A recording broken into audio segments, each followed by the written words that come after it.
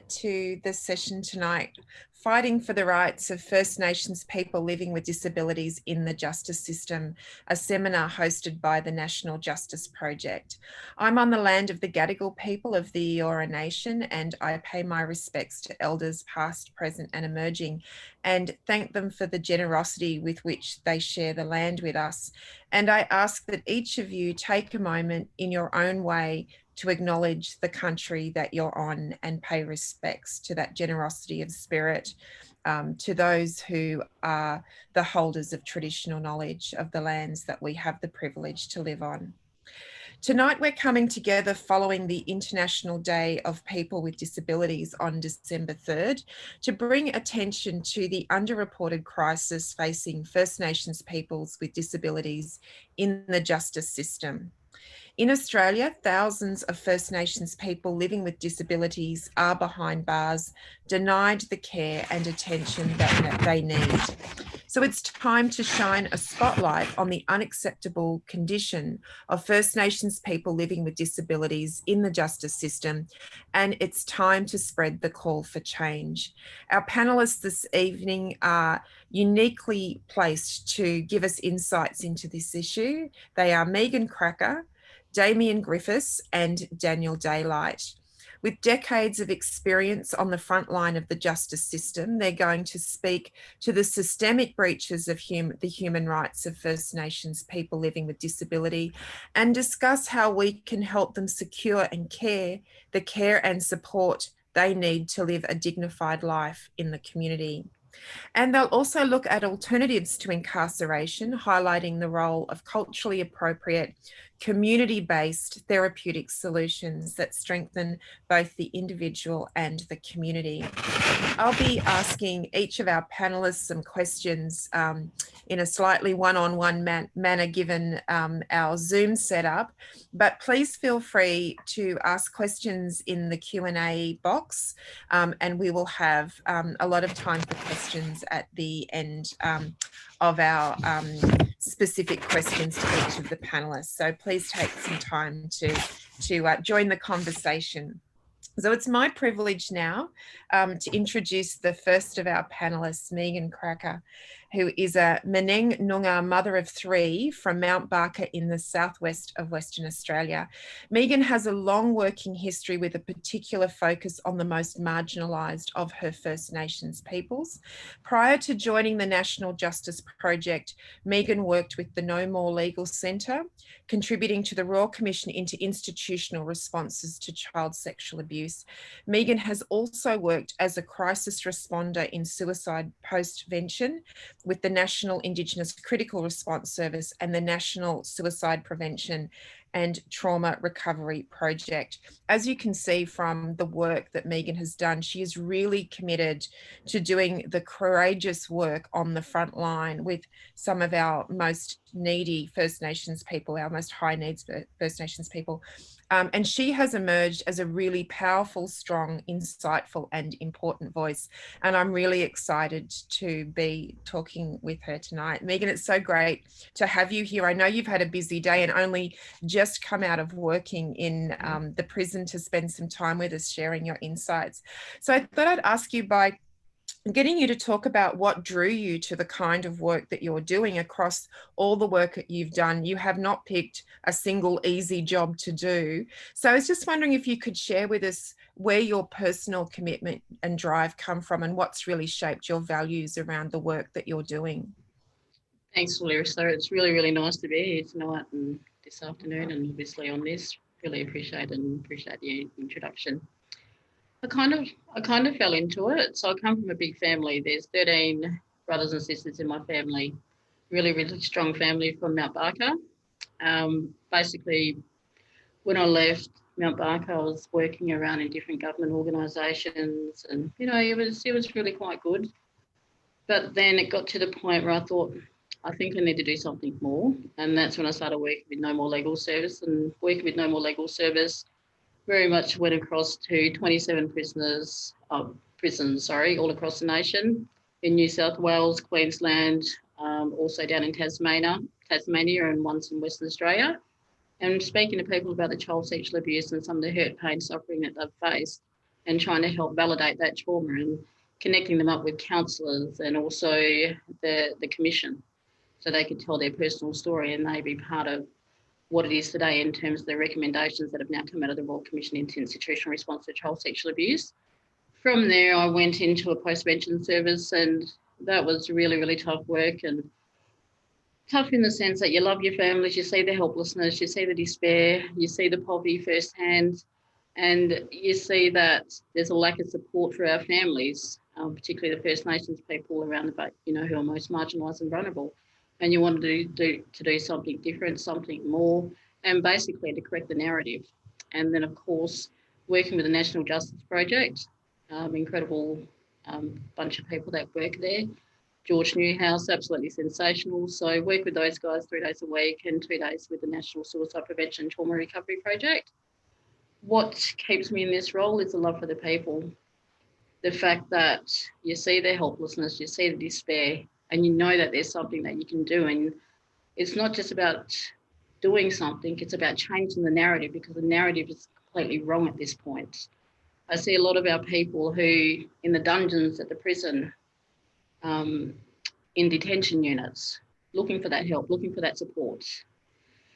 As was the case of the situation today, a young man who was placed in the detention unit at one of the prisons that I went to. And it's just going down, talking to him, sitting, yarning, validating some of the issues that he does have, and then working through the arc of issues. So it's basically the love of the community. What drives me is my mum and dad, rest in peace. We lost Dad 4 years ago, Mum when I was 18 years old. So just keeping it real, keeping it about community and just knowing what I stand for and our community values and who I am as a woman and standing up for our most vulnerable and marginalised.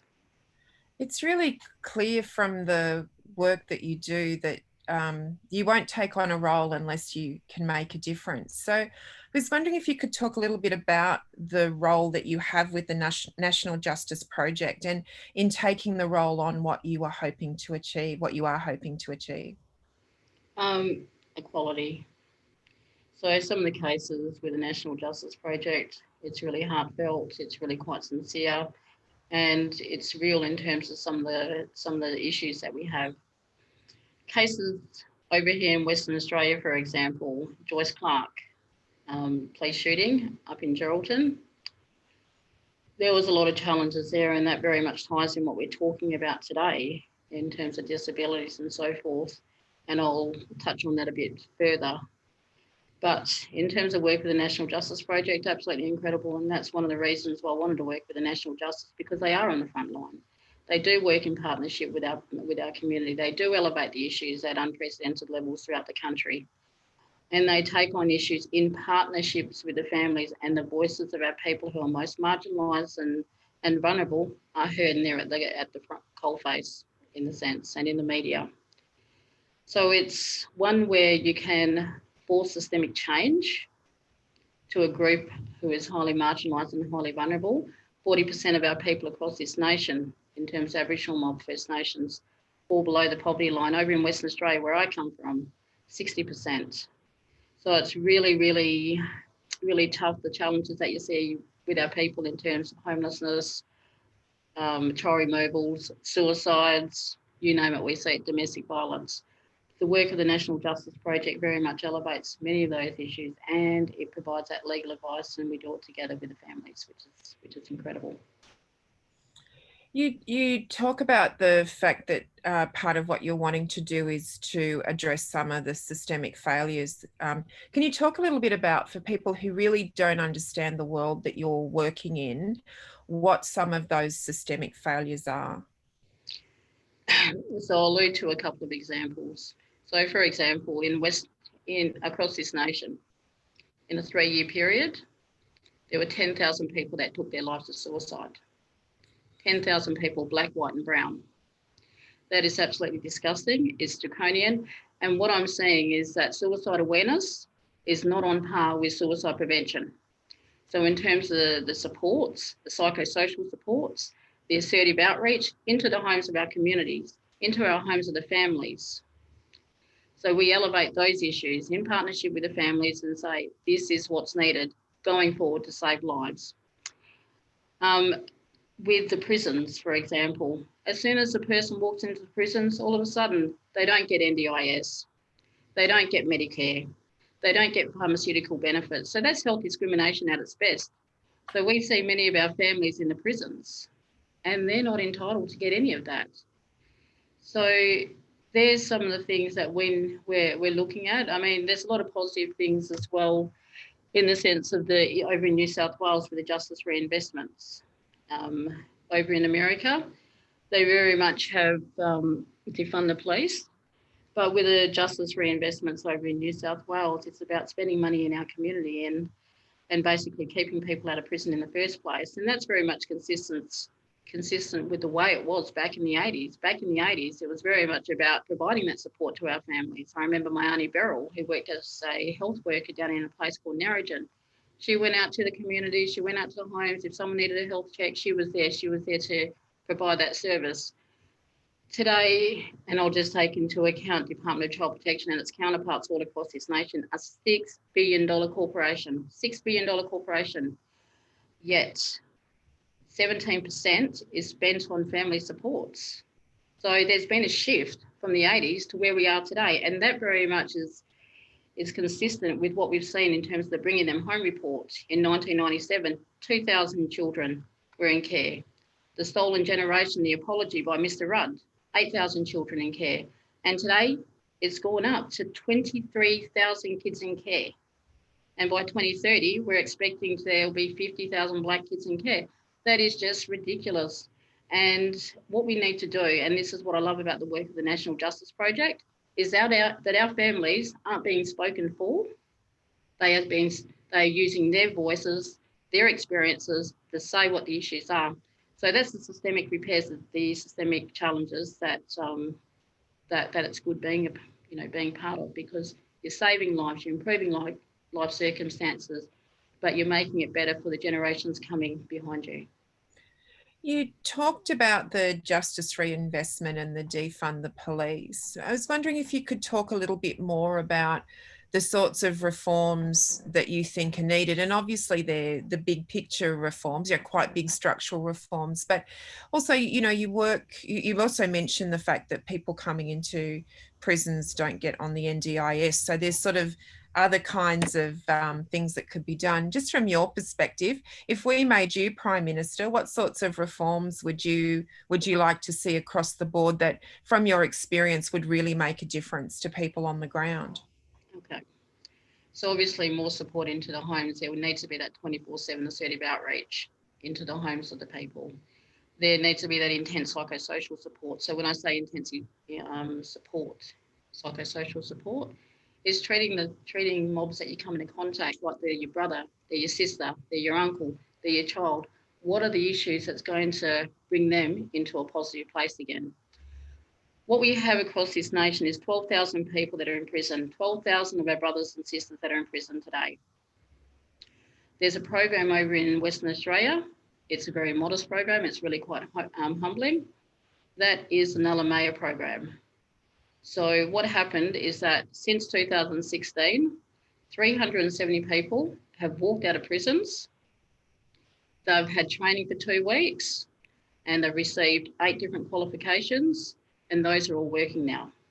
Oh, that equates, and that means that 10 people who had no hope, they are now buying their own homes. So it's radical transformation which is needed. And it can be done because it is being done here right in Western Australia. And I know there's some other programs that's happening across this nation, but if we're looking at 12,000 of our brothers and sisters in prison across this nation right now, if you're having a look at 370 since over the last 3 years, and it's made a big difference, not only with them, with their families, with their children, but also our community, that's the way to go, radical transformation. I mean, in some ways, the program you mentioned where people get skilled and so everyone's employed, it's radical, but it's also in some ways a very simple solution. It's very practical. Well, yeah. No, it's absolutely beautiful. And the beautiful thing about this program is it doesn't beat anyone out. It doesn't do that. A person could come into contact with this program and basically have issues with Department of Child Protection or policing issues or other homelessness. There's a lot of support, a lot of encouragement. So that person, in fact, finishes the 2 weeks. Then they've done the training, then they get the job. That's how you transform lives, and it's beautiful like that. You were involved in the Royal Commission into institutional responses to child sexual abuse. You contributed to that. I was wondering what your thoughts are on the Disability Royal Commission and what your hopes are about what it might achieve. Do these larger pieces of investigative work really lead to change? Are you confident about that? You know, what are the positives there? Well, I did work in the Royal Commission into Institutional Response to Child Sexual Abuse. That was an incredible commission. What I loved about that is that it gave voices to the people. So they had the private sessions, and through the private sessions, people were able to speak to one of the commissioners who were absolutely incredible because there were 6 in an hour-long session, and then be provided with the counselling after that. But on top of that, the Royal Commission did go into all of the prisons across the nation.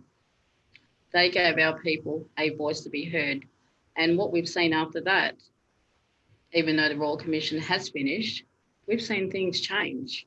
For example, the National Redress Scheme, and a lot of our families over in Western Australia, they have been able to access the National Redress Scheme because of the conduct and the way that the Royal Commission into Institutional Responses, my lips are dry, into Institutional Response to Child Sexual Abuse, the way that it was conducted, it gave the voices to our people who ordinarily wouldn't be heard. So in terms of Disability Commission, I have hope, but it can't be tokenistic, because too often what we see is that commissions, Royal Commissions, one after the next, one after the next, one after the next, it's not making no difference whatsoever to our people. And especially a lot of the people that I come into contact with every single day, the most marginalised and vulnerable, where suicide is an issue, where child removal is an issue, where sometimes prison is an issue. So it's great to have these Royal Commissions. It's what happens after that. But I am impressed with how the Royal Commission into Institutional Responses in the child sexual abuse did give our families voice. And one of the things that I saw is going across the nation and speaking to people about their child sexual abuse and all the pain and the suffering and the hurt that they've endured since certain events happened. And going back to those same ones after the validation and the counselling support and the love, the support and the respect, they're in a better place than what they were had the Royal Commission not occurred. So it's interesting listening to you speak, and obviously one thing that you've really highlighted in your observations is the importance of giving voice to people who have been marginalised and not heard. And I was just wondering if you could talk a little bit more about that. I think that's something really important for us to reflect on as advocates, where we often speak for other people. And I guess what you're really highlighting is actually the need to provide space for people to tell their own stories and the power of that. I wonder if you could talk a little bit more about what you've observed in that space. Well, it's about validation, because a lot of our mob, they're smart mob. They can speak for themselves, but too often their voices have been suppressed. So when you do it together, so for example, with the National Justice Project and the Dungay family, they tackle it together. The strength, the narrative can change because it's talking about their hurts. It's talking about their trauma. It's also talking about, hang on, we have been wronged. Therefore, we're going to fight for justice. But there was, you may have seen with the little girl, rest in peace, the 11-year-old that took her life in Western Australia just over 5 weeks ago. We were heavily involved in that family. And Mum Sam, she wanted to speak to the media because she wanted to make a difference, not only for Aboriginal kids, but all kids. And as a result, the bail laws over in Western Australia are being challenged. But she spoke out, it validated her trauma, but she wanted to make a difference. That was more powerful than me speaking on her behalf. We did it together. And governments listened. The media, they were so respectful during that whole ordeal, and it still continues. But when you have the voices of the people, the ones that ordinarily don't get heard because that's wrong, their voices need to raise because it is the voices of many that can make a difference. And that's what we've seen with a lot of the families that we work with. Joyce Clark, who I mentioned earlier, part rest in peace. The way that her adopted mother, Annie Ann, speaking to her on a regular basis, and the way that the National Justice Project has been working in partnership with that particular family, it's been powerful. And it's been powerful in the sense that it's validation for them as well. They're in control of the process, they're in control of how they feel, and we're supporting and guiding and fighting for justice with them. The same thing with Miss Joy, rest in peace. Miss Joy with the fines, and then she ended up a death in custody. The fight with the family, the fight with the community against these institutions that very much were responsible in some sense in terms of some of the discriminatory practices, the laws, which very much affected the most marginalised and vulnerable of our community, because you didn't have the money to pay the fine. So their voices, and I'll always be about this, is that they need to be heard. And it has to be the voices of many, because there's no way in the world that we can have our families being spoken for without them. I've heard that from conference to conference, from year to year to year. We can't talk about people without them. We don't want to be spoken for. And that's no different to the families that come into contact with the National Justice Project, with the National Suicide Prevention Trauma Recovery Project, with Nulla Maya, who is that organisation that I spoke about earlier parts. That's how we create incredible change. The voices of many can do that. I'm sort of running out of time with you, but I have to ask you just one more question because of your really unique perspective. I think it's really important just to hear from you too about if there's anything you want to add about what might be particularly unique and challenging about our First Nations women with disability in the criminal justice system. If you just wanted to add any thoughts and reflections on what's very unique about their position. For sure. Thanks for that, Larissa. In the prison system, sometimes people can feel quite helpless and quite marginalised. And I had a similar conversation with a couple of ladies at the prison that I was at earlier parts. Sometimes the women, they don't get the support. Sometimes the women, they don't get the assistance. So as a result, they feel helpless. Now, if you turn around and encompass that with the other issues, where there may be child protection issues, where there may be a suicide in that particular family, where there may be a death in custody in that particular family, where there may be about 2, 3 or 4 people, which does happen, and with a lot of us mob, where we lose people. That is so much unaddressed trauma.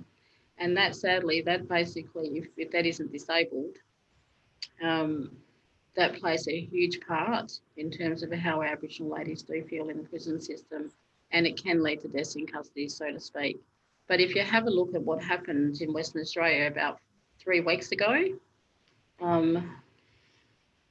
2 sisters, quite a vulnerable family, a beautiful family actually. And that actually resulted in one sister killing the other sister. And that has caused so much hurt and trauma in our particular community, and particularly in that family. These 2 ladies, it is known that they had mental health issues. It is known that both ladies suffered from schizophrenia. So in terms of the services, it's really important in many cases, life or death, that our services stay connected with our people in our community. Understand that if they're not providing that service, if they're not providing that support, particularly around medication, lives can be lost.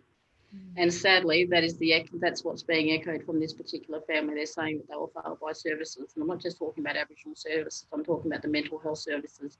So in terms of women, one of the ladies is put them in a really awkward position, as it did with the mum and so forth, because now you've got the nieces of the of the one that's now passed away, and they have to grow up with this. So in terms of impacts, this is going to last their whole entire life. And we have to stop failing our people in that sense. And we need to go into our communities. We need to go into the homes. We need to understand homelessness, because these issues walk hand in hand together.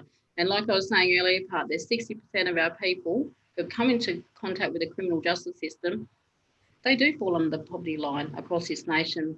Sorry, 40%. But over in Western Australia, where 1 in 12 Aboriginal men are in prison today, where we have the world's highest, well, it's the mother of all jailers, it's having massive impacts on our people, and it's only going to increase because the closing the gap strategies are not working. Reason being is because they're not taking any advice from the grassroots people who are impacted and affected by these every single day.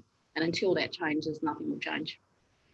Oh, Megan, thank you so much for those insights. It's such a privilege to hear you speak with all the deep knowledge you've got from the really important work that you've done. And I'm sure there'll be lots of questions for you when we get to the question part, but thank you so much. Thank you, Larissa.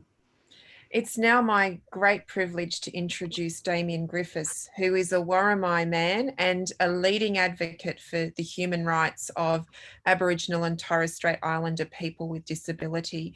Damien has been a central figure in the establishment of both the Aboriginal Disability Network New South Wales and First Peoples Disability Network. Damien represents FPDN in regional, national and international forums.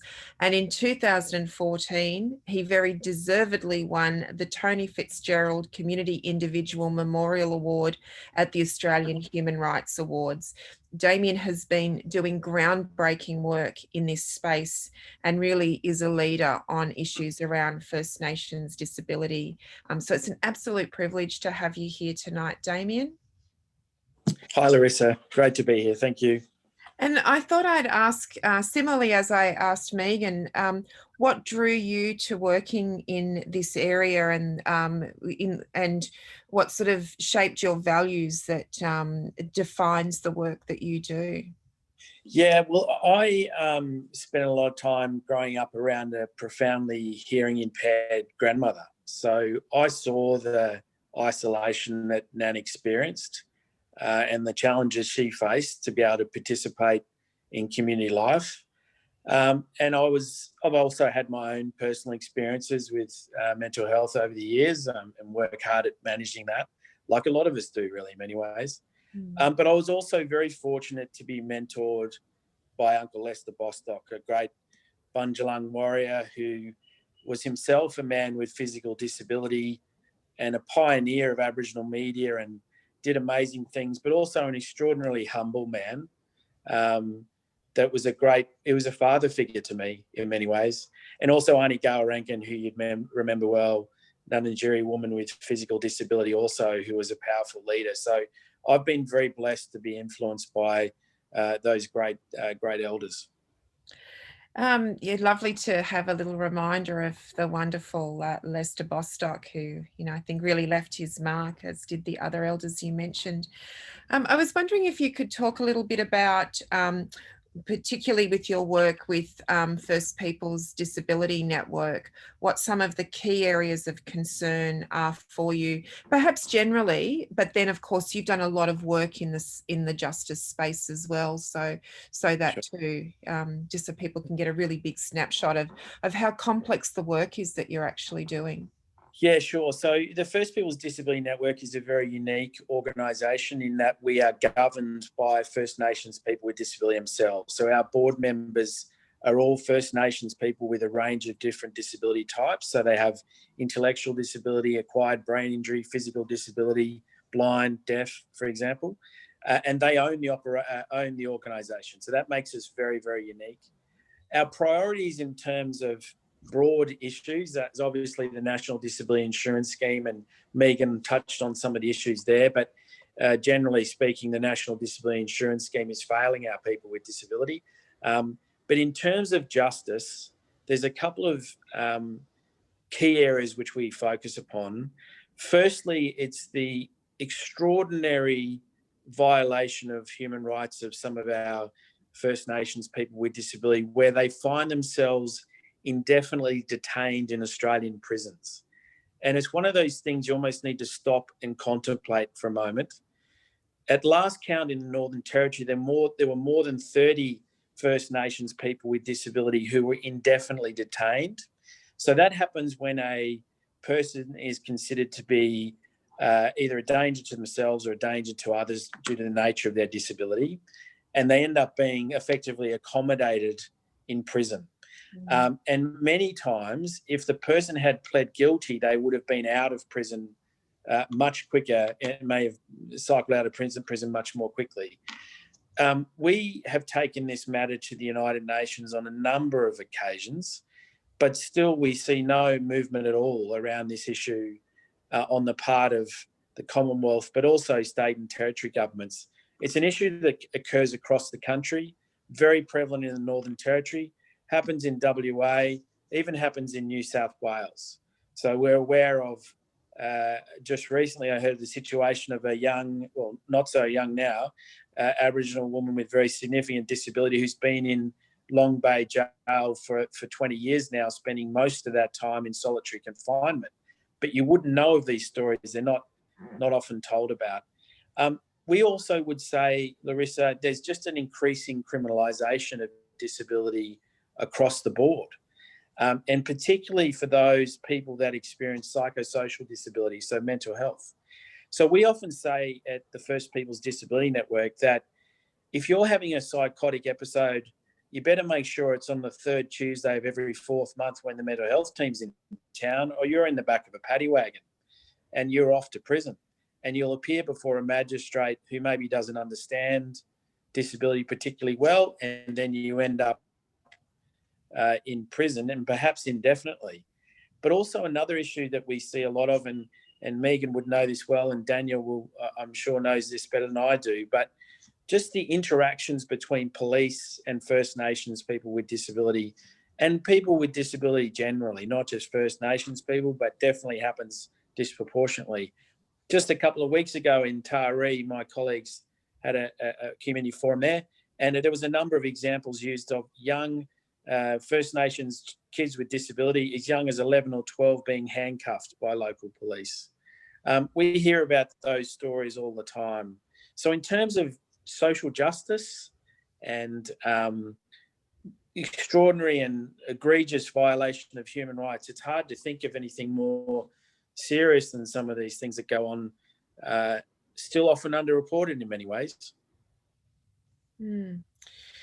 I wonder if, following on from that, you might talk a bit about what sort of reforms you think are needed given the complexity of those issues that you're looking at. As you say, a lot of what you're highlighting also goes to some of the complex and systemic issues that Megan spoke to. From your point of view, what are some of the key areas of reform that are needed?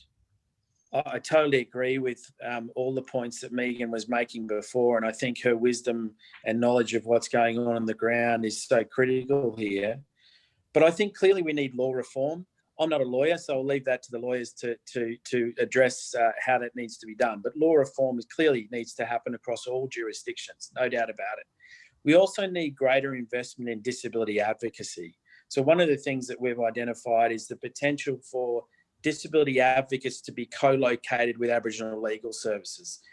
Aboriginal legal services are really busy doing the lawyering and overwhelmed, as we all know. They have an incredible caseload. But it would be helpful for them, I think, if they had someone down the hallway who had specialisation in disability to get supports around a person's disability. But we also need to have a bigger discussion as a nation, I think, around understanding this intersectional issue of racism and ableism. So without going into too much around disability theory, but ableism talks about theories of deviancy and all those sort of things, where people with disability are already considered to be,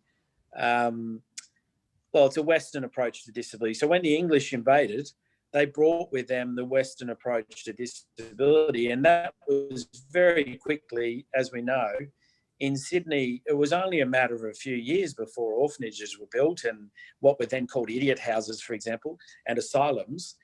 So that sort of Western approach of locking people away is what is still in existence today. It is just slightly sophisticated is probably not the word, but a slightly more modern interpretation of it. But for the last 200 odd years, that has been the approach to disability in Australia, and that needs to change. And many of the community-based solutions that Megan talked about, and I know Daniel does in his work, are the answers. We need government to get out of the way a bit, to be honest. Mm. I wonder if you could talk a little bit more about why a First Nations disability network is important and what sort of support it provides that a mainstream service can't. And I guess a big part of that is how important the cultural piece is in the work that you do. Yeah, that's great question, Larissa. So the reason the First Peoples Disability Network is such an important organisation, it sounds like such a simple and obvious thing to say, is the person with disability knows what it's like to have the disability. So I've been around disability all my life and working in the area since I left school, but I'm still learning myself. I learned the other day, I saw deaf-blind communication for the first time, which is touch sign language. Extraordinary thing to witness. But also the blind person knows what it's like to be blind. I know that's an obvious thing to say, but we could close our eyes for a couple of hours, but that doesn't really give us a sense of what it's like to negotiate the world when you're blind. So as like Megan said, it's absolutely vital that First Nations people with disability have their voice heard and have a voice of their own. And that's a key part of why we're in existence. And we're also about trying to build a social movement where people start speaking for themselves, talk about elements. A lot of our people with disability aren't aware of their rights and entitlements under things like the UN Convention on the Rights of Persons with Disability, which is actually a good convention. It was actually created by people with disability. So it's really important that we educate and inform people so they can speak up for themselves. But we have to change, and just that cultural aspect, as you know, Larissa, and we've talked about before, in traditional language, we have no comparable word for disability. So that is something we need to be enormously proud of. So labelling is a Western concept, and disability is the most labelled area you could imagine. Cerebral palsy, acquired brain injury, autism, intellectual disability, blind, deaf, blind, you name it. There's all these sort of enormous labels and all the connotations that go with that. We know that we've always had disabilities an accepted part of human experience because of the fairly recent discovery of a single male footprint at Lake Mungo. And that has been dated at 25,000 years ago. So that shows quite clearly, and the theory is that it was a one-legged man using a stick. And the theory is he was actually participating in a hunt because they've been able to work out that he was moving at significant speed. So that shows that, disability has always been part of the human experience and accepted that way. As we know, there's plenty of First Nations people who are blind, who are traditional healers. There's more evidence now to show that there's been what we call today sign languages in existence for a very long time. So we're actually the thought leaders on inclusion. It's the system, as we all know, that continues to, well, more than let down, actually actively discriminate. So.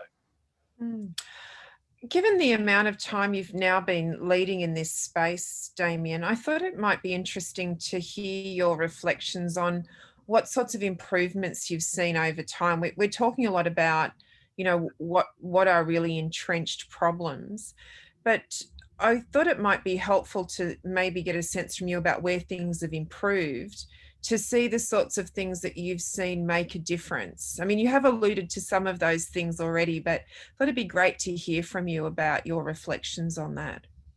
Yeah, I think the social movement is growing.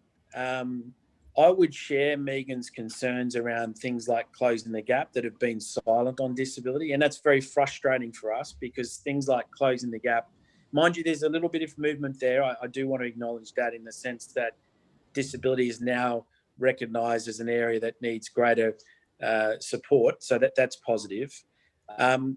We have seen more of our people with disability getting into leadership roles, and several of the staff that used to work at FPDN are now set up their own businesses and things like that, which is really positive. But I have to also throw in a word of caution there. I worry, and this is the talk in the wider disability community too, that things are going backwards, and we have to be very careful and be guarded against this. So the National Disability Insurance Scheme, we would argue, is increasingly operating from a medical model, and we do run the risk of a return to things like segregated education.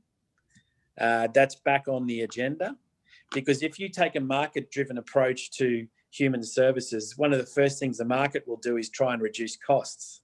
So one of the ways you do that is you go back to congregate care systems and all those things that people have fought so hard to not have around anymore. So, but having said all that, the Disability Royal Commission is definitely highlighting the very serious abuse and neglect that most Australians with disability experience, actually.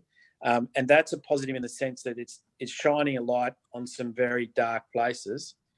Most Australians with disability, and certainly our people with disability, everyone has experienced abuse of some kind. And if you add women with disability to that, the rates, it's uncommon for a woman with disability not to have experienced abuse of some kind. So it's really important that we highlight these things. I note, though, still that the chair of the Royal Commission has been getting really frustrated with a lack of any mainstream media reporting on it. ABC's been doing an amazing job. SBS does a great job, NITV, but it just does not get reported in mainstream media. And that's because disability is it lacks focus. Just finally tonight, I wonder if you had any observations. Obviously, the year has really challenged a lot of people. We've been much more isolated because of the COVID restrictions. And I was wondering what your reflections were on the challenges it's posed in the spaces that you're working in. Yeah, look, it's been a very difficult year for everybody, but for our people with disability, the sense of isolation has been even greater. And we have spent a lot of time this year just getting out care packs to people, for example. And Megan touched on this earlier, and I think that's another big conversation that the country needs to have seriously and genuinely, this issue of poverty.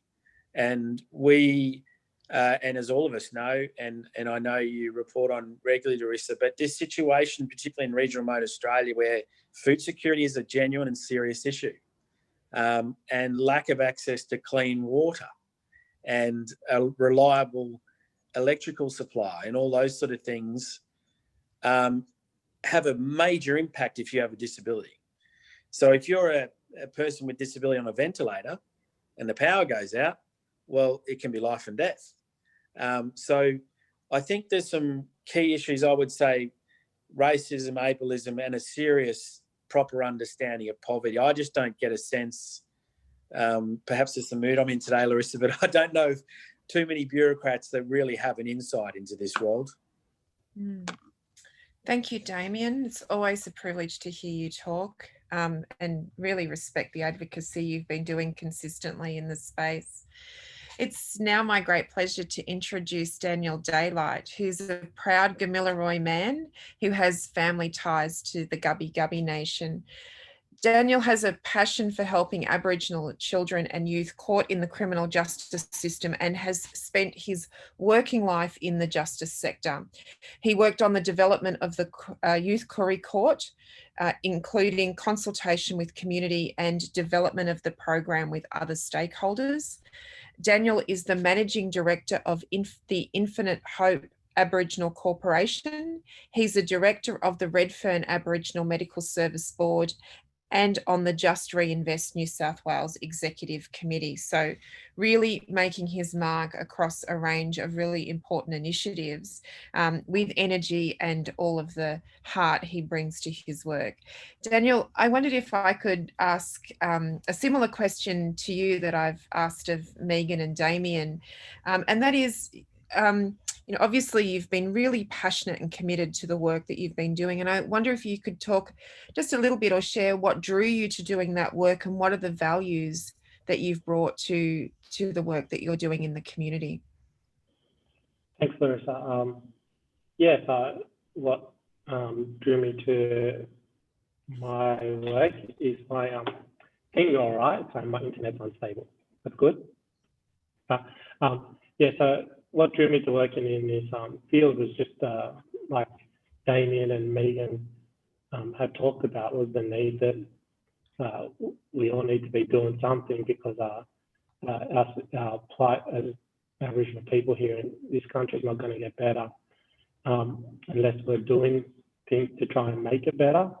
I grew up with inspirational people around me, with my mother, my father, my nan, my grandparents, my aunties, uncles, the people in the Redfern Aboriginal Medical Service, where, you know, I was a couple of weeks old when I started going there every day to be in the cot with my mum in the 80s, you know, and so grew up with people like Auntie Dulcie Flower and, you know, Auntie Nay and Uncle Sol, and a range of people who are trailblazers in trying to make our society better for our people. And so for me, it was just about,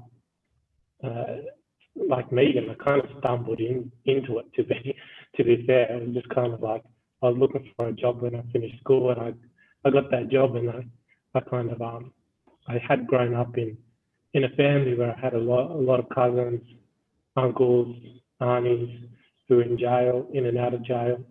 And so I just wanted to make it better for anyone that's coming through. So, and then the first time, and Megan and Damien and you, Larissa, and anyone listening will know, the first time I ever really got to help someone, it was a bit addictive. So the first time I got to realise that I could make a difference, it just led me to continue to do what I do now. So when something comes up, I try to do it, and if I can't do it, I'll try to learn how to do it.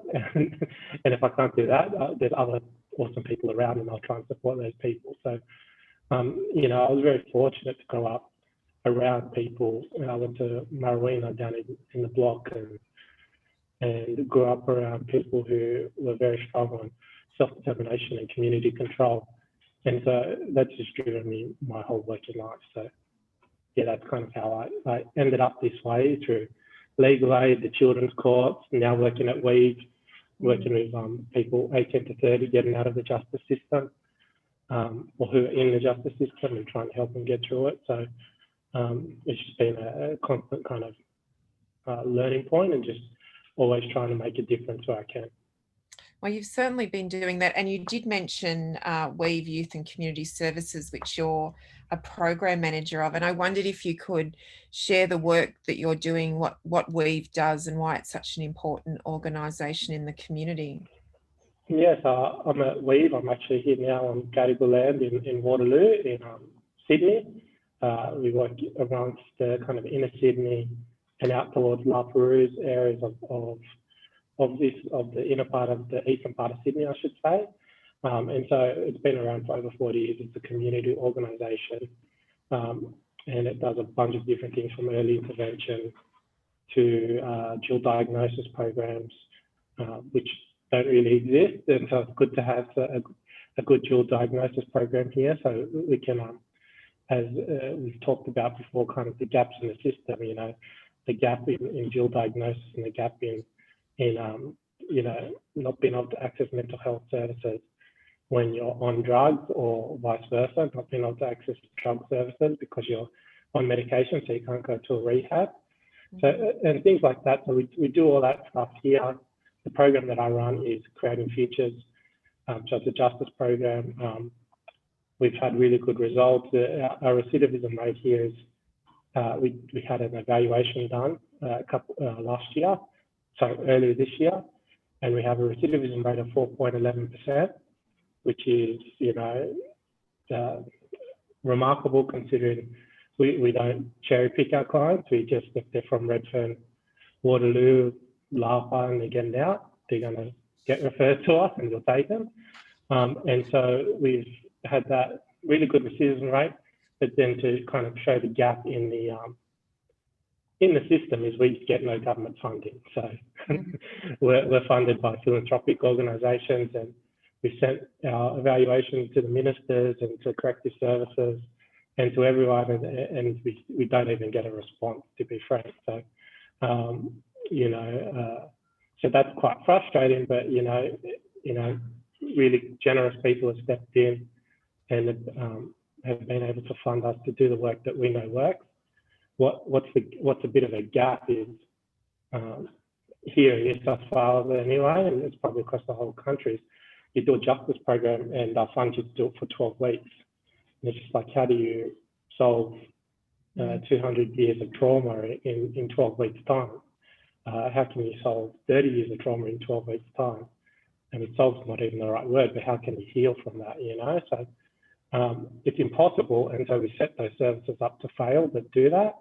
We're pretty staunch at saying we're just not going to even apply for that funding, because we know that we might get that funding and get some jobs, but it's really just going to fail our communities and it's going to tarnish our reputation. So so that's a bit what we do at WE. But we do 18 to 30-year-olds, men and women coming out of the justice system. We should hopefully and we support some young fellas who go before the Youth Career Court here in Surrey Hills. We're trying to be supportive of the Wallamar Court establishment up in with judges here in the District Court.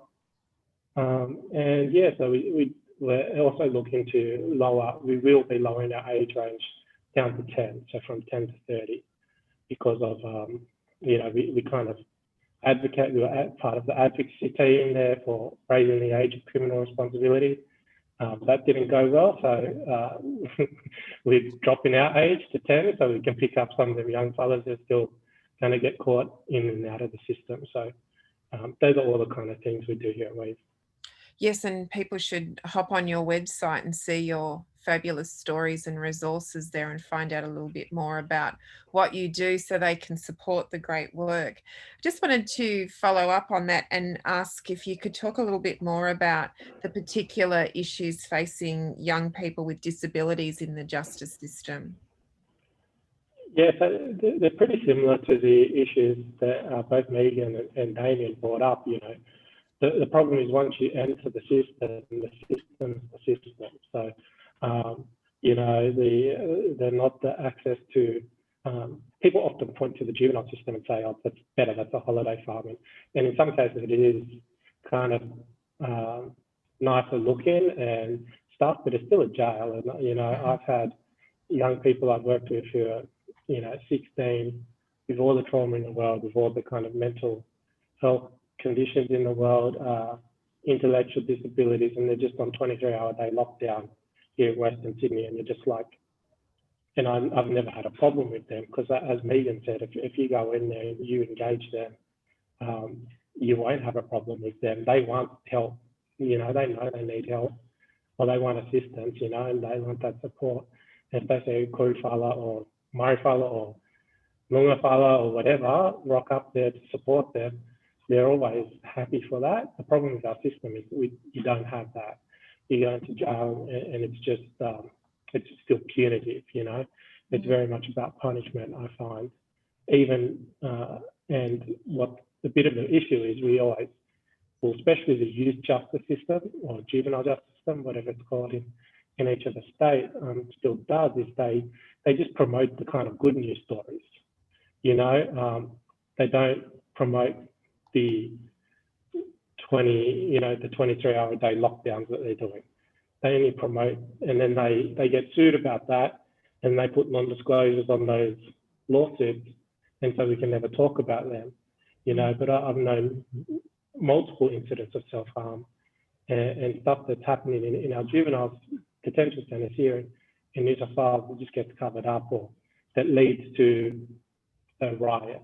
And then the riot will be on the news, and the riot will then be used as the reason to make the system even more punitive, We last year there was a riot at Baxter on the Central Coast, and I knew a few of the boys in there, and a lot of them had intellectual disabilities, were part of the old ADAC system here that we used to have before the NDIS here in New South Wales. and you know they're not master criminals.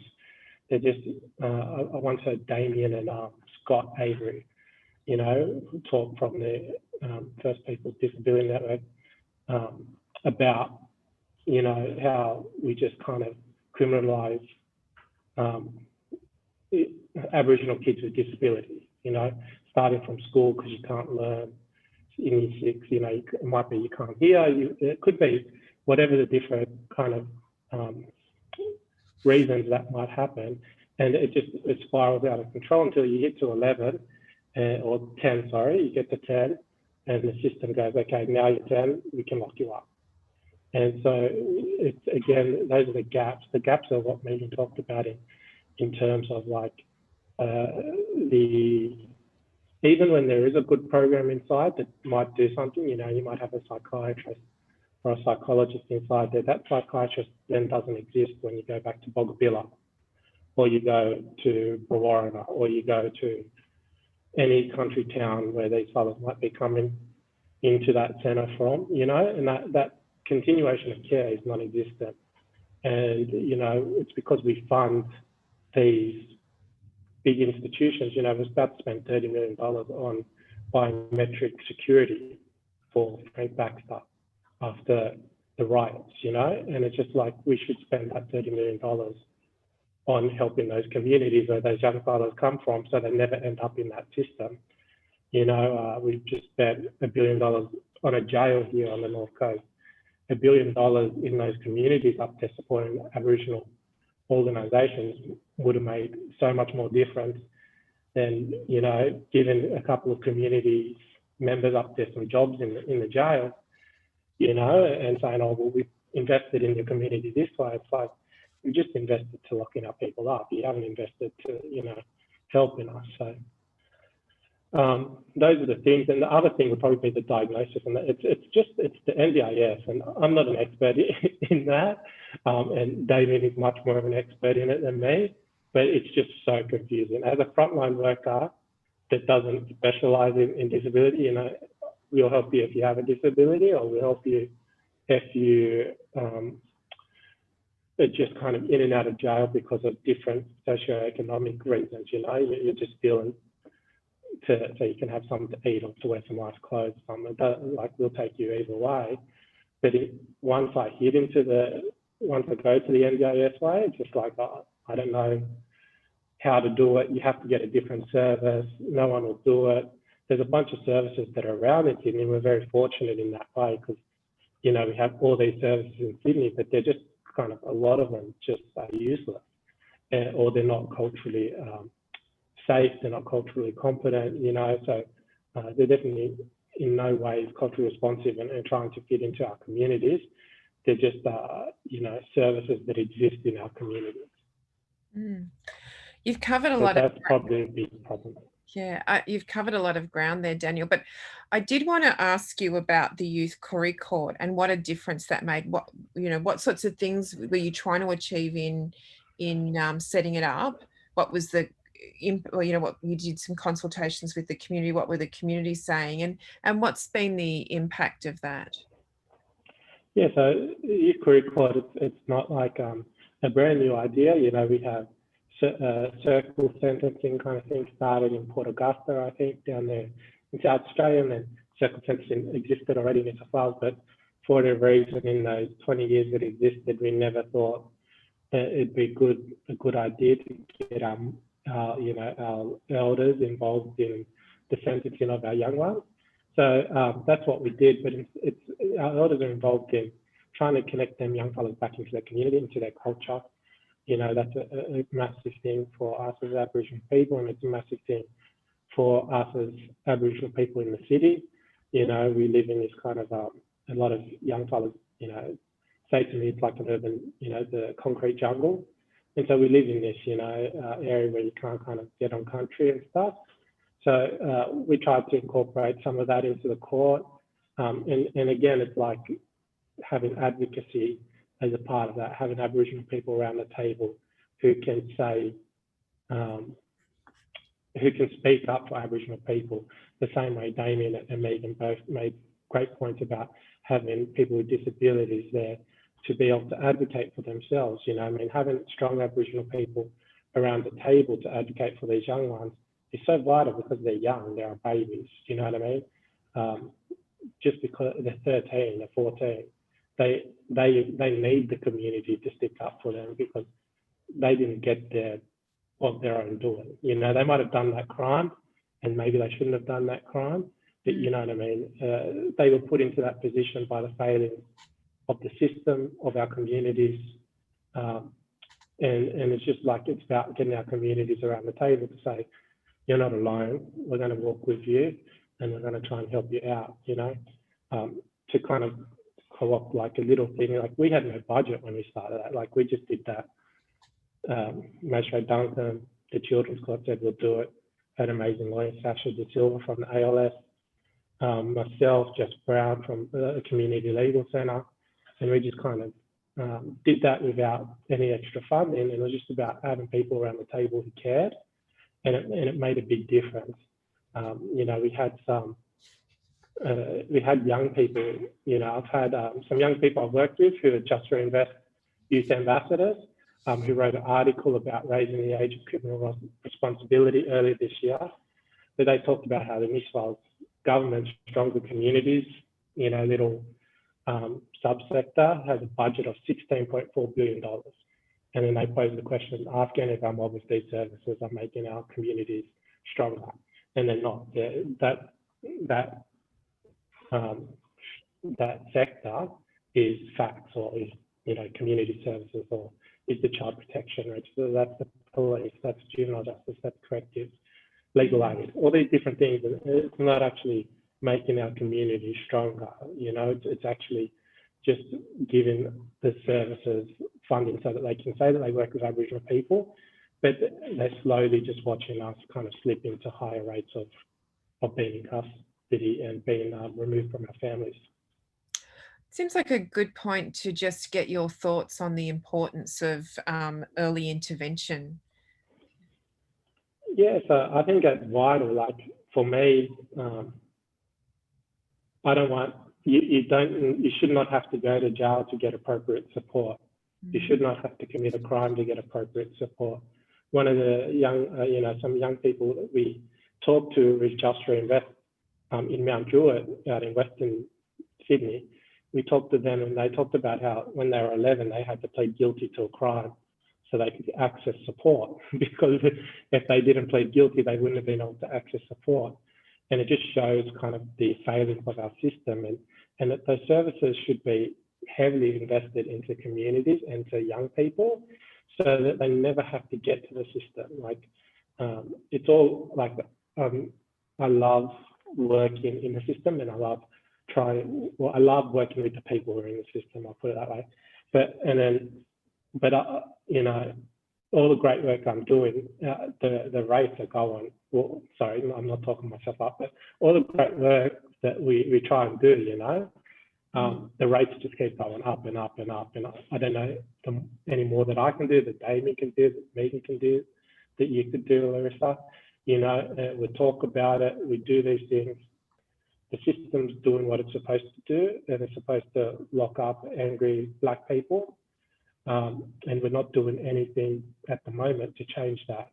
And so that's what we need to do. It's about self-determination and community control, about taking that money back from prisons, from those punitive systems, from child protection to the police, and giving it to our community, because like Megan said, we know the answers, you know what I mean?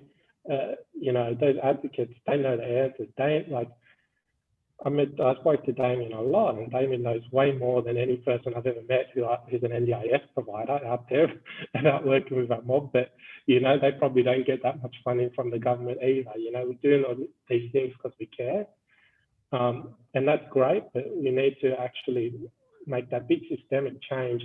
And that starts with investing in our young ones. You know, we need to try and not just always try to heal the trauma, we need to stop kind of passing that trauma on. So that's a nationwide thing, that's a community thing, and that's an individual thing. So the earlier we can do that, we can stop them young fellas from ever stepping foot into a juvie, you know, because Mm. then if they step foot into a juvie, they're more likely to end up in a jail. If they end up in a jail, they're more likely to be dead early, you know. So if we can stop that earlier, then we can it'll free up all the space, and we can actually, I think, make really big systemic change.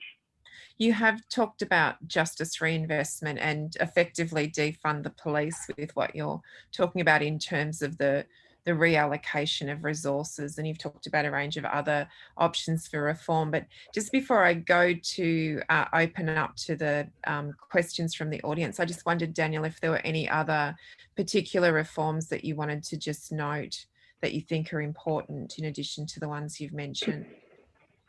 I think it's really just about that kind of justice reinvestment thing, which is, to me, the continuation of community control and self-determination, which we've been fighting for here for decades, you know, if not since, you know, invasion. So we know what works for us. Like Damien said, we didn't have this problem with disabilities before, you know, white people arrived in this country, and we won't have if you leave us and to do it our way, and you fund us to do it appropriately. So I think that we can learn from all these advancements in technology and everything like that. But I think for me, the one fundamental thing is just is community control, community-led self-determination, because like I wouldn't have to worry about like Damien talked about the woman out of the bay. The community would know about that if it wasn't Justice Health in that prison. If it was Redfern AMS would be jumping up and down. There's an Aboriginal woman locked up there because it's community controlled and it's answerable to the community. When Justice Health is just answerable to whoever the secretary of that department is at the time. So they have no accountability.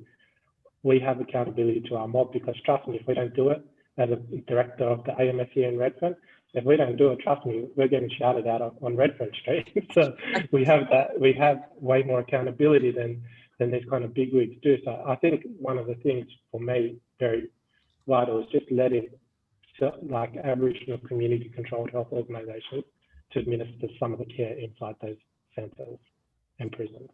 Yeah, I love that message. Having grown up in Redfern myself, I learnt that message very young as well. Probably a generation before you, Daniel, but it's been a message that keeps getting handed down. So we've got quite a few questions from the audience, and I'm just going to go to you first, Megan, because there are a couple that were specifically for you, following up on a couple of things that you'd mentioned. And one was very quick, which was just if you could repeat the name of the program that you were talking about. And the other one was following up on your comment about the Closing the Gap initiatives are failing because the voices of people working in the front lines haven't been heard, and just wanting to hear a little bit more from you about that. And don't forget you're on mute, Megan.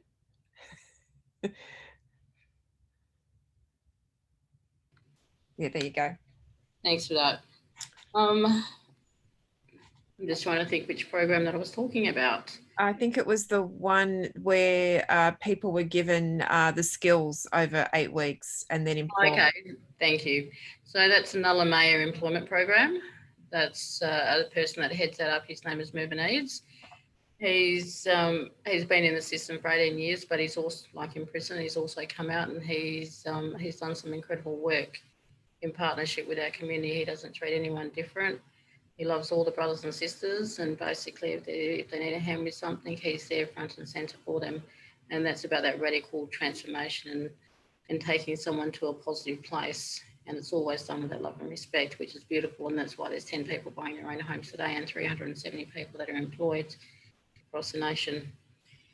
What we see is, the system, it obviously criminalises mental health and also poverty. And as a result, we're seeing many people come into contact with the criminal justice system and also being incarcerated.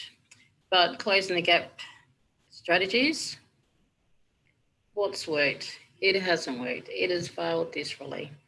Now, it has come in with the bestest intentions, but so too did Mr. Neville back in the day in terms of the assimilation and so forth. Our voices aren't heard.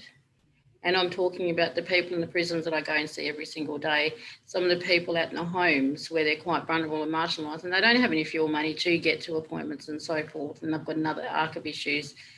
Some of the other families where they don't have a housing and so forth because they're homeless. And even things like getting birth certificates. I talk about the poverty in terms of the Henderson poverty line. Basically, that's $460 for the fortnight or for the week. Many of our mob, when I talk about in terms of the poverty line, 60% has mentioned earlier part, where there's 1 in 12 Aboriginal men are in prison today in Western Australia. They fall below the poverty line. Many people on Centrelink, they get $460, $500 a fortnight. So how can I afford certain things? And that's just our reality. That is the grim reality of the Australia that I work and I live in every single day. But the Closing the Gap campaign, there needs to be more investment. There needs to be mass investments in terms of incarceration, at least millions of dollars on radical transformation. Education is a wonderful thing, and we are all afforded the right to be educated. But if you're living in remote communities, where there's 1,200 remote communities, 75,000 people, 40,000 that are young people. Not every single one of those remote communities has a school. Not every single one of those remote communities has a place where you can go and play football or play netball or be entitled to the same basic rights as everyone else. So that is a systemic failure. And our people in our remote communities are failing, are having their own challenges. And that is not the right thing to do in terms of us living in Australia as a whole. So I think when we talk about Aboriginal people, we need to understand, appreciate and respect the diversity as we all do, which is happening very much across this nation, but also understanding the whole thing in relation to disabilities as it pertains, as it applies to our mobs living in remote communities across this nation whereby there's 1,200 people. So closing the gap strategies and so forth, that comes down to political will. The political will has to be there. It's not in many cases. And also it's about our voices being heard, the families. And I'll just keep going on about it. I'll keep banging on about it because the more and more that our voices are heard in terms of our community, that's how we can effectuate positive change. It's a great message to keep repeating. Now, I think we've lost Damien. Oh, no, there he is. Hello, Damien. We've got this wonderful question from Martha, who's in Year 9, Class D. And she's asking, how can I, as an able-bodied European Australian, help the cause without seeming patronising or taking the voice from those who are directly affected? So a great question about how non-Indigenous able-bodied people can get involved. I wondered, Damien, if you could share your thoughts with Martha. Martha, that's a really great question, and thanks for the question. My connection is freezing quite a bit and dropping out, so hopefully you're hearing me okay. But I think it's as simple as every single person has a right to participate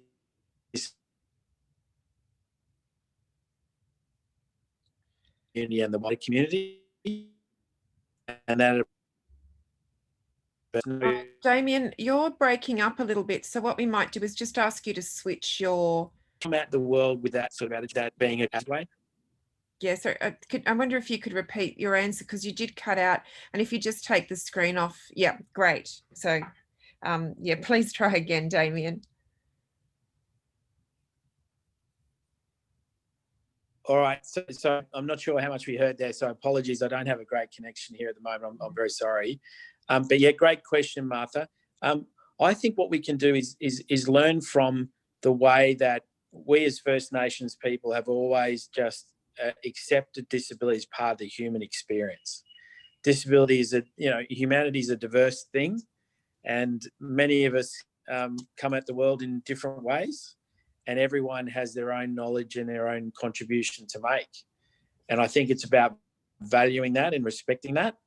and you'll go a very long way to being a great friend and a great advocate for anyone that's perhaps not getting the same opportunity as others. But I think the fact that you're participating today and listening from great leaders like Megan and Larissa and Daniel too, who have spoken with great passion. And it's about relationships. It's kind of that simple sometimes, I think. Great, thank you. Daniel, I might ask you a question that's fairly specific, but I think it opens up perhaps to give some, to allow you to give some more broader reflection. And it's from Julie, who asks if you think it would be a good idea to create a mental health 000 number and a culturally safe response team for First Nations callers. And I guess in addition to whether you think that's a good idea or not, just your perspective on how important it is to have culturally safe services and the role that First Nations people play in that. Yeah, I think any of that stuff would be great. You know, I was last week at one of the big hospitals in New South Wales in seeing a young person who's in a psychiatric kind of ward, and you know, just the absolute kind of, you know, how unsafe that place was culturally. Just, you know, kind of, it didn't shock me because I kind of expect the worst, and that's how I get through a lot of stuff.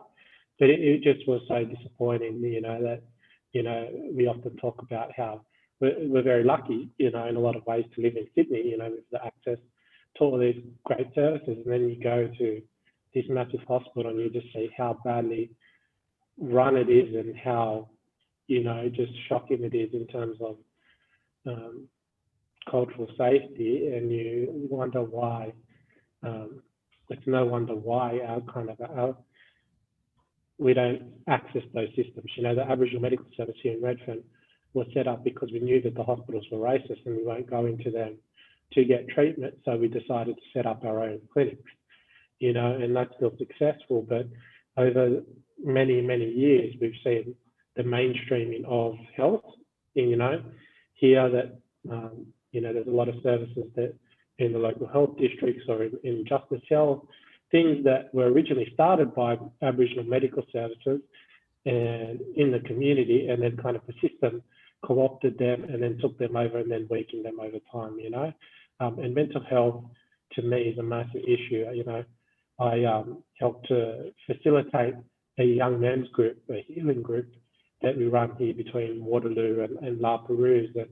And it's just, you know, nearly everyone who's involved in that group has lived experiences of you know, family members committing suicide, themselves trying to attempt suicide, and just the way that our system just constantly fails them is shocking. You know, there's a lot of, and I don't know what it's like around the whole country, and Megan talked about the kind of suicides that have kind of hit the media, but over here we've had a massive spate of suicides in the last few years here in the inner Sydney and out towards the eastern suburbs and eastern beaches here in the Aboriginal community.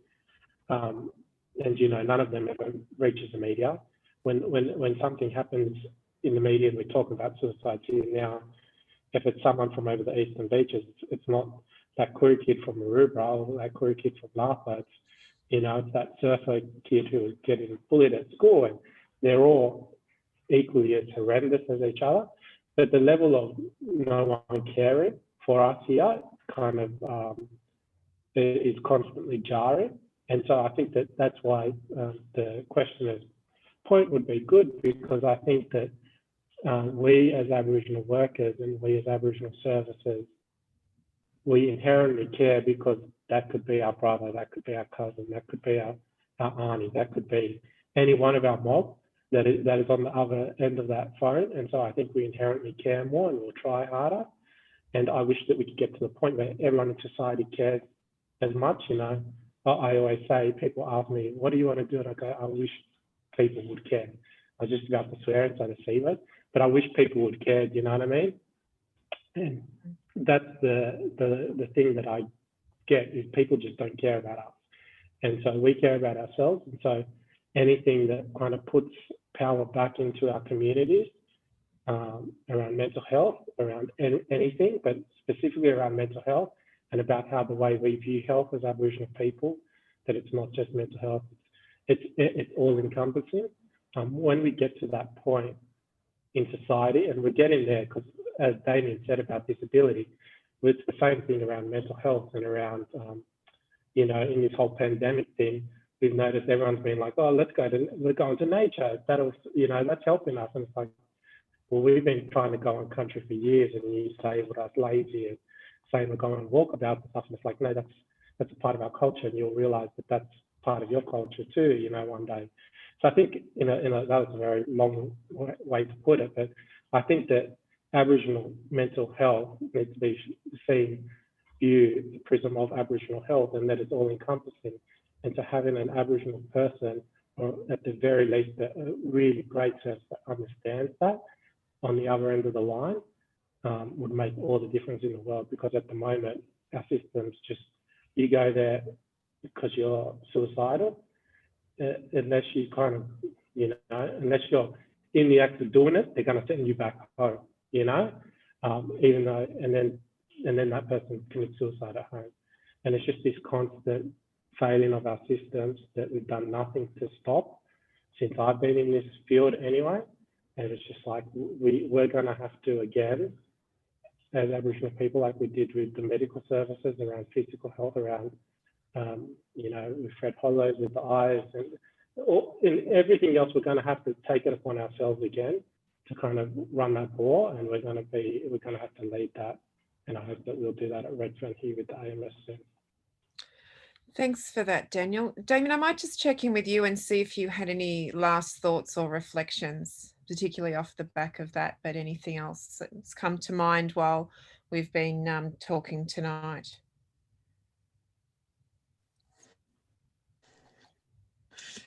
So again, I don't have a great connection, but I think you asked last thoughts. So yes, last thoughts. Yeah, there's so many things going.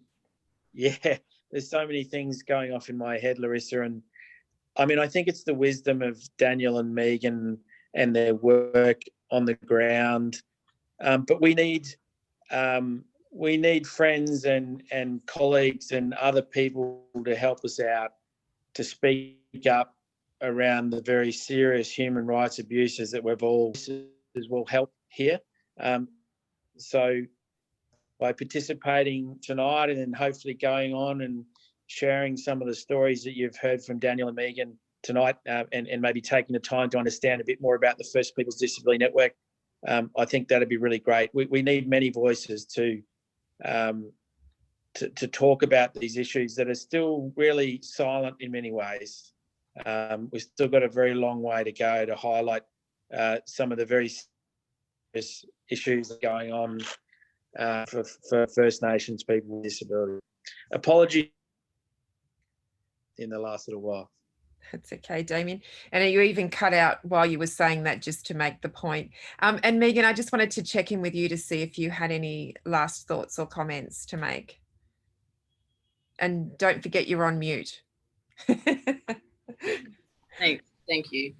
So just in terms of the mental health question, in terms of the psychosocial support, and it's a trifecta that needs to be had to save the lives and improve life circumstances. That is the assertive outreach going to families. It needs to be 24/7, and it needs to be that intense psychosocial support. That is a trifecta. Governments do not invest in that right now. So I work a couple of days with the National Justice Project, but also work with the National Suicide Prevention and Trauma Recovery Project. We're working 70, 80, 90 hours a week. We go to families. We provide that psychosocial support where we can. It gets quite demanding because we're also not funded with that particular service. Though I did notice that a question just came through from a sister girl there, Megan Hill. So Megan, she's just an incredible lady.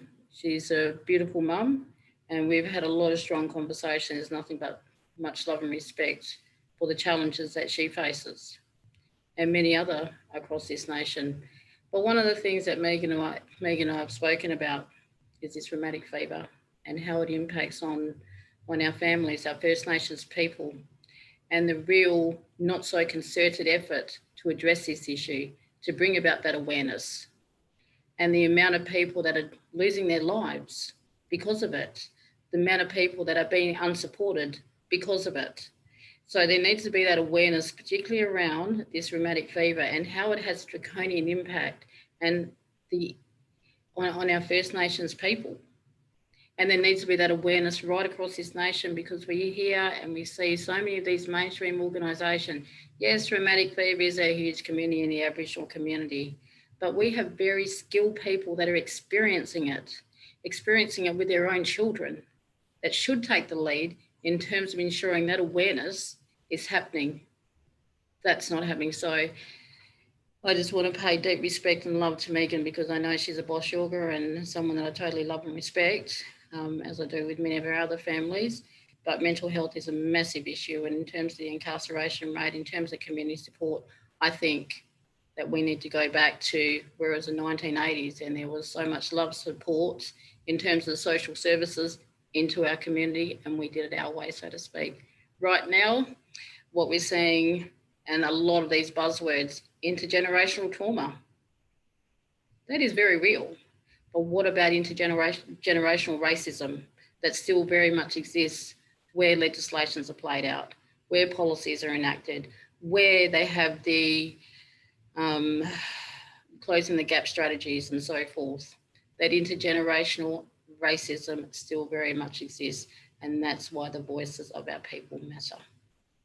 What a wonderful note to finish on tonight, with that wonderful message that you've repeated tonight about the importance of our voices. And it's a good note to thank everyone who's tuned in to listen to the very important voices on our panel.